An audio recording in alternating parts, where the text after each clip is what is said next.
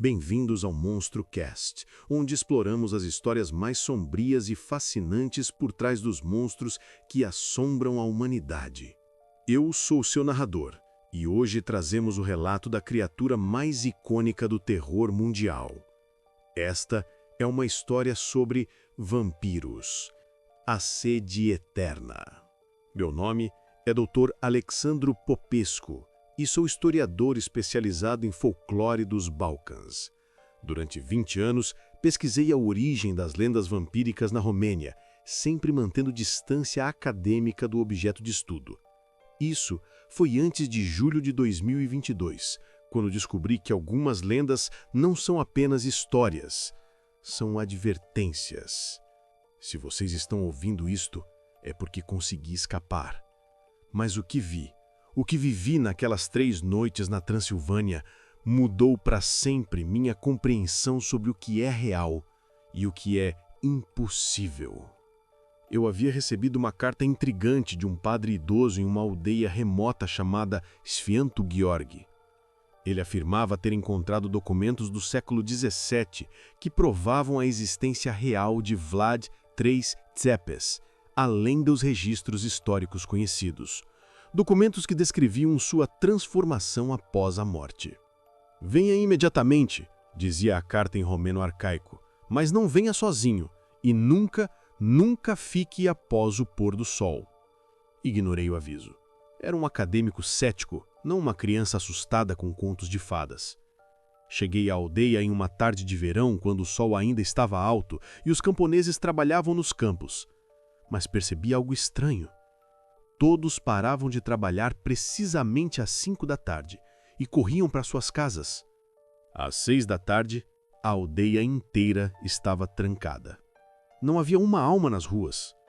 Encontrei a igreja no centro da aldeia, uma construção medieval de pedra escura com cruzes de ferro fincadas em cada entrada. O padre Andrei me recebeu com um olhar de profunda preocupação.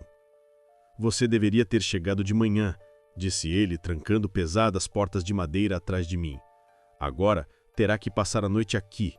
Sob nenhuma circunstância, saia desta igreja até o amanhecer».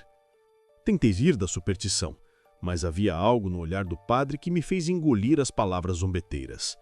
Ele me levou até o porão da igreja, onde uma caixa de ferro antiga guardava os documentos prometidos.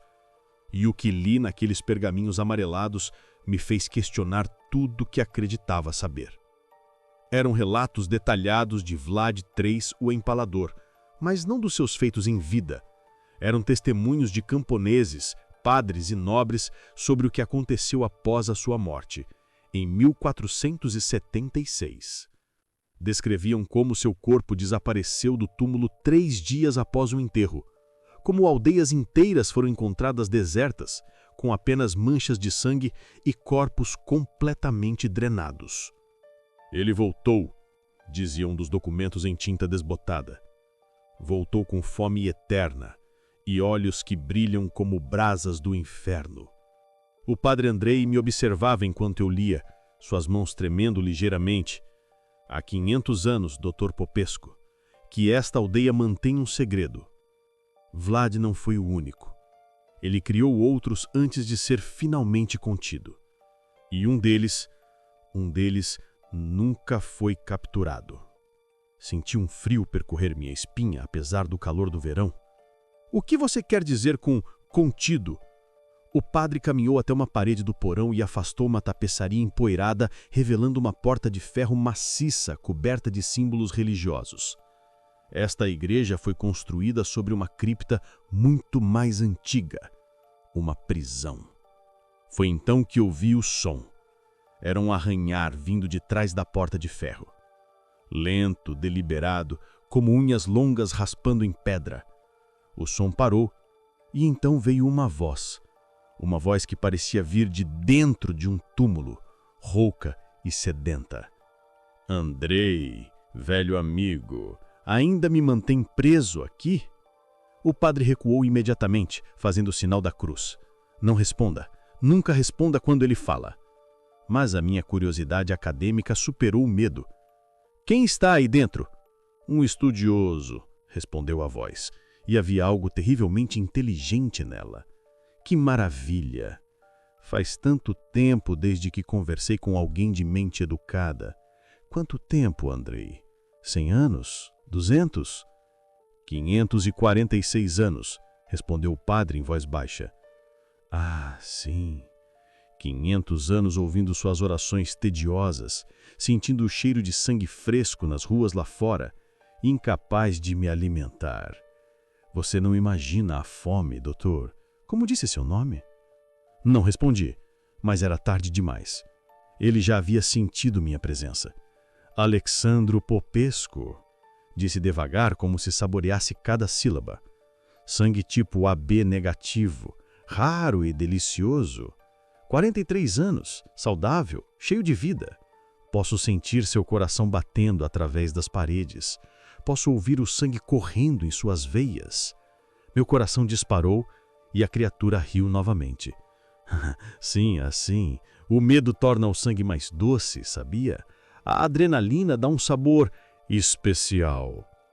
Padre Andrei me puxou afrontosa da porta. Venha, precisamos subir e reforçar as proteções da igreja. Mas enquanto subíamos as escadas, ouvi a voz ecoando atrás de nós. Eu sairei, Alexandro.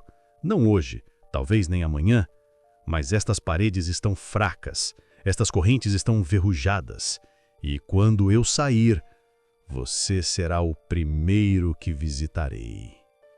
Passamos a noite no salão principal da igreja, com todas as velas acesas e crucifixos em cada janela. O padre me contou a história completa. A criatura aprisionada era Ion Dragomir, um boiardo que havia servido Vlad Tzepes. Quando o empalador ressurgiu como morto-vivo, transformou Ion como recompensa. Mas Ion era ainda mais cruel que seu mestre. Caçava não por necessidade, mas por prazer. Levou 3 bispos e 50 homens armados para capturá-lo. 28 morreram no processo. Os que sobreviveram conseguiram arrastá-lo para a cripta ao amanhecer e selar a entrada com ferro abençoado e símbolos sagrados. Durante toda a noite, ouvi sons vindos do porão. Arranhar, bater, gargalhadas ocasionais que faziam as velas tremerem. E sempre aquela voz sussurrando promessas terríveis através das paredes. Quando o sol finalmente nasceu, o silêncio foi quase pior que os sons. Decidi que partiria imediatamente, mas o padre me implorou que ficasse e ajudasse ele a reforçar os selos mágicos da cripta. Contra meu bom juízo, concordei. Passamos o dia inteiro no porão, pintando símbolos nas paredes, reforçando as correntes de ferro na porta. Foi então que cometi meu erro fatal. Ao limpar o chão, encontrei algo que havia caído entre as pedras. Um anel de ouro com uma pedra vermelha escura. Era lindo, claramente valioso. Quando o peguei, senti uma estranha compulsão de colocá-lo no dedo. O padre gritou, mas era tarde demais. No momento em que o anel tocou minha pele, senti uma conexão se formar. Era como se um fio invisível tivesse sido amarrado entre mim e a criatura do outro lado da porta. Pude sentir sua presença na minha mente, sua fome, sua raiva, seus séculos de solidão e tormento. E ele podia sentir tudo sobre mim. Ah, você tocou meu anel. Como é descuidado para um estudioso. Agora estamos ligados, Alexandro. Posso sentir onde você está, sempre. Tentei tirar o anel, mas ele não saía. Parecia ter se fundido à minha pele. O padre começou a recitar exorcismos desesperadamente, mas nada funcionava. Não há exorcismo para isso, riu a criatura. É um laço de sangue agora. Onde quer que você vá, poderei encontrá-lo. E quando eu escapar... Fugi da igreja naquele momento, ignorando os gritos do padre para que ficasse. Dirigi de volta para Bucareste como um louco, olhando constantemente pelo retrovisor. O anel queimava no meu dedo, mas não saía.